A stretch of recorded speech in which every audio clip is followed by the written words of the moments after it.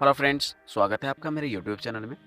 इस वीडियो में हम बात करने वाले हैं भारत में अंग्रेजी शिक्षा का आगमन और साथ ही देखेंगे इसके क्या कारण थे, इसका क्या प्रभाव रहा भारत में अंग्रेजी शिक्षा के प्रति और इसको लगभग कितने नामों से जाना जाता है। तो वो मैं बता दूं कि इसको पाश्चात्य शिक्षा भी आप कह सकते हैं, पश्चिमी शिक्षा भी कह सकते हैं, यूरोपियन शिक्षा भी कह सकते हैं। पर इसका आगमन भारत में कैसे हुआ, हम इस वीडियो पर चर्चा करने वाले हैं। तो आप जो ये देख रहे हैं, ये इससे टॉपिक में जितने भी ऑब्जेक्टिव प्रश्न हैं, महत्वपूर्ण प्रश्न हैं, मैंने उसे छांट के अलग कर लिया है। साथ ही मैं सब्जेक्टिव ऑब्जेक्टिव दोनों आपको एक साथ करवा दूंगा और इससे लगभग मैंने कोशिश किया है कि एक भी ऑब्जेक्टिव ना छूटे और सभी ऑब्जेक्टिव आपका निकल जाए। और सब्जेक्टिव भी अगर कहीं आपसे क्वेश्चन पूछा जाए कि ये भारत में कैसे आया अंग्रेजी शिक्षा, तो आप भी आसानी से इसका आंसर दे पाएंगे। तो आइए हम स्टार्ट करते हैं। तो सर्वप्रथम जब अंग्रेज भारत आया था तो वो व्यापार संबंधित तो व्यापार करने के लिए भारत आए हुए थे।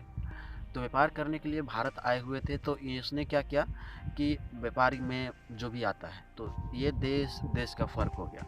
क्या हुआ, ये ब्रिटिश से इंडिया आए हुए थे तो इसके साथ इनका फैमिली भी आया। फैमिली आया तो ये नहीं चाहते थे कि इनका फैमिली मूर्ख रहे।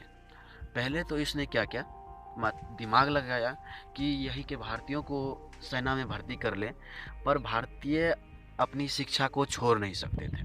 भारतीय वेदों में विश्वास करते हैं अभी भी और तभी भी करते थे, और गीता पढ़ना और वेद पढ़ना, रामचरितमानस पढ़ना या फिर महाभारत पढ़ना, यही सब होता था। तो गुरु के नज़दीक पढ़ा जाता था, तभी स्कूल की कोई शिक्षा नहीं थी, स्कूली शिक्षा। तो इसने क्या किया, ये भारतीय शिक्षा में दिलचस्पी नहीं था, जिस कारण इसने क्या किया, 1698 में एक चार्टर पास करवाया, चार्टर एक्ट पास करवाया जो स्कूल स्थापना के लिए था, इसके लिए। और ये इसकी जहाँ कोठियाँ थी, व्यापारिक कोठियाँ, वहाँ इन्होंने स्कूल स्थापना करने की लिए मांग की विक्टोरिया से। तो इन्हें आदेश मिल गया। तो 1698 में इन्हें एक चार्टर एक्ट द्वारा कंपनी को स्कूल खोलने की स्थापना का आदेश मिल गया। और कुछ आगे चलते चलते 1715 ईस्वी में मद्रास में सेंट मेरीज चैरिटी स्कूल की भी स्थापना कर ली। साथ ही 1725 में यूरोपियनों ने 17 स्कूलों की स्थापना की। 1725 में यूरोपियनों ने 17 स्कूलों की स्थापना कर ली। अब इससे आप ये भी अंदाज़ा लगा रहे हैं कि ये धीरे धीरे जो थे अपना कोठियाँ बढ़ाने में थे और साथ ही ये क्या करते थे, और व्यापार का इसका जो था क्षेत्र वो भी बढ़ता गया, व्यापार का क्षेत्र बढ़ता गया। और इसने क्या किया कि धीरे धीरे भारतीयों को भी अपने व्यापारिक में शामिल करते गया ये, और इस तरह कुछ भारतीय तब तक इनके अंदर आ गया था।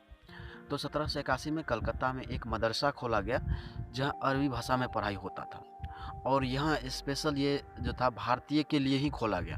और इसमें भारतीय जो थे कुछ अरबी पढ़ते थे, जो कि प्रांतों से कर लेकर के अंग्रेज़ों को दिया करते थे या फिर प्रांतों में व्यापार किया करते थे वो अंग्रेज़ों की सहायता से।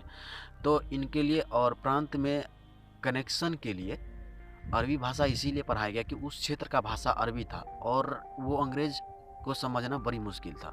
तो अंग्रेज़ ने अरबी भाषा का स्कूल इसलिए खोला कि यहाँ के जो थे, जो भी अच्छे ज्ञाता थे, तो वो अरबी भाषा का पकड़े। और अरबी भाषा भारतीयों के लिए पकड़ना कुछ बहुत हद तक आसान था अंग्रेजी के मुकाबले। तो पहले अरबी भाषा पढ़ाया गया और ये दोनों में कांटेक्ट हो गया, अंग्रेज़ और अरबी भाषा में, और ये क्षेत्रीय को समझाने में या फिर क्षेत्रीय को समझाने में लग गए। तो यहाँ से स्टार्ट होता है।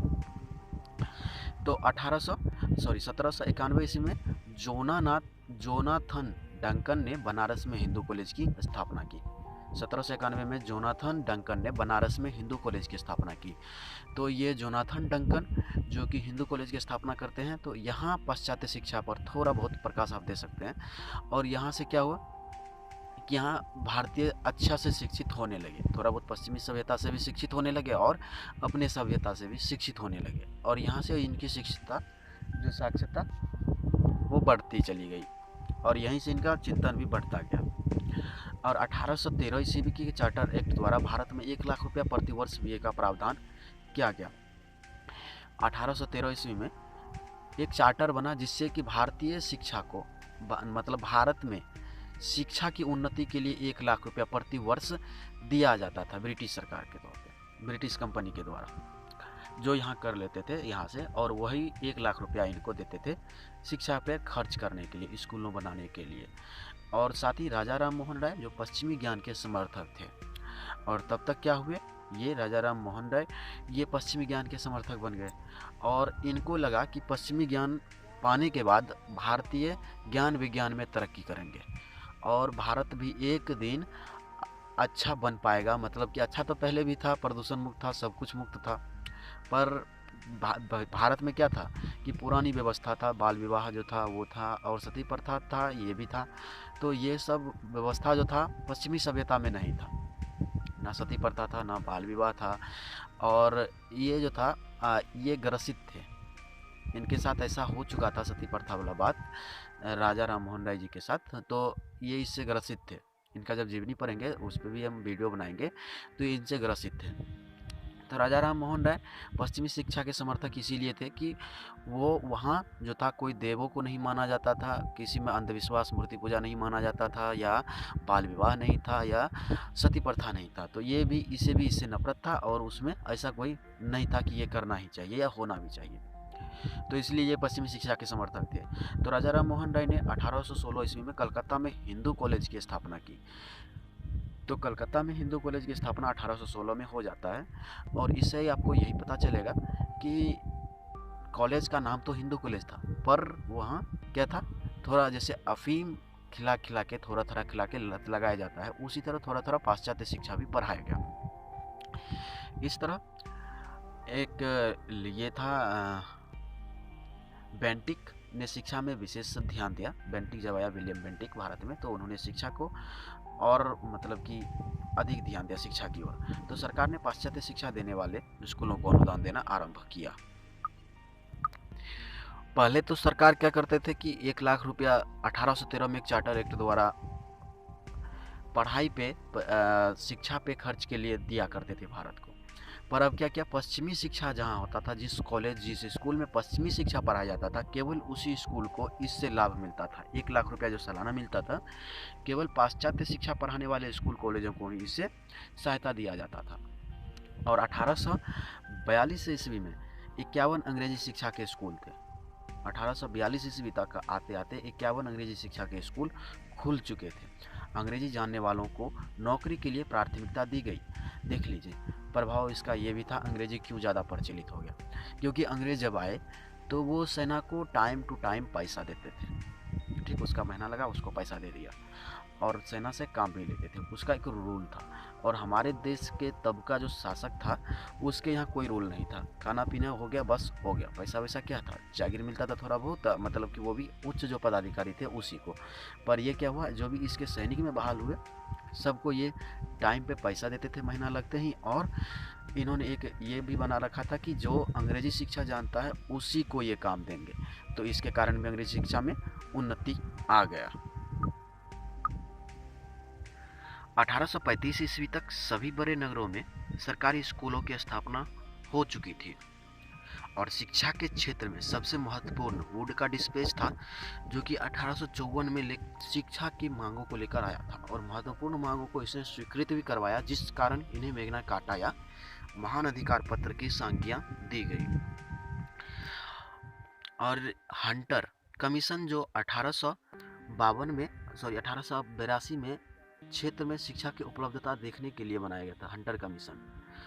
तो इन्होंने भी शिक्षा की मतलब उपलब्धता देखी अपने क्षेत्रों में कि क्या कहाँ कैसे है, और इसने भी शिक्षा में सुधार के लिए बहुत अहम भूमिका निभाई। भारत में पश्चिमी शिक्षा में इसका भी महत्वपूर्ण योगदान है। और 1906 ईस्वी में विश्वविद्यालय में विज्ञान विषयों की शिक्षा शुरू हुआ।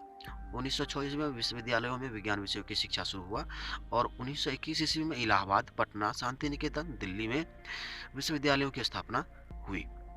और साथ ही इसके प्रभाव में हम देख रहे हैं कि इसके प्रभाव में आप अंग्रेजी शिक्षा जानने वाले बहुत हो गए, और इसमें धीरे धीरे क्या हुआ कि भारत में पाश्चात्य शिक्षा का बढ़ोतरी होते गया, और सैनिक भी भारतीय उनके पास बहुत ज़्यादा हो गए, और इनको वेतन मिलता था। और इसलिए क्या हुआ, इधर का काम जो था कि सैनिक जो यहाँ शासकों के थे वो क्या हुए, अंग्रेज में मिल गए। कुछ इनकी चापलूसी भी करने लगे ताकि इनकी सत्ता कम हो जाए, डगमगा उठे और उनके सेना में बढ़ोतरी हो जाए। तो ये भी एक कारण था कि सैनिक जो इनका था वो भी उनके अंग्रेज़ों में जाने लगा और वो भी अंग्रेजी पढ़ने लगे। अंग्रेजी पढ़ने के बाद उनके शिक्षा में शामिल होने लगा और परिणाम इसका ये हुआ कि एक दिन इसकी संख्या बहुत ज़्यादा बढ़ गई। बहुत ज़्यादा जब बढ़ गई तो ये अब खुद से मतलब भारतीय सैनिक के द्वारा ही भारतीय शासकों का पतन करवाने लगे और ये वहाँ शासन करने लगे। शासन करने लगे तो अब अंग्रेज़ों का राज्य आ गया। धीरे धीरे अंग्रेज़ यहाँ शासन करने लगे। पहले आए थे व्यापार करने के लिए और ये यहाँ का शासक बन बैठे। तो इनके लिए और नेक्स्ट वीडियो में बनाता ही रहूँगा हिस्ट्री के ऊपर। तो ये आपको फ़िलहाल कैसा लगा? अगर अच्छा लगा हो तो एक लाइक दे दीजिएगा और मैं वीडियो इस पे बनाता ही रहूँगा हिस्ट्री पे। हो सके तो चैनल को सब्सक्राइब भी कर लीजिएगा। ठीक है, तो मिलते हैं अगले वीडियो में।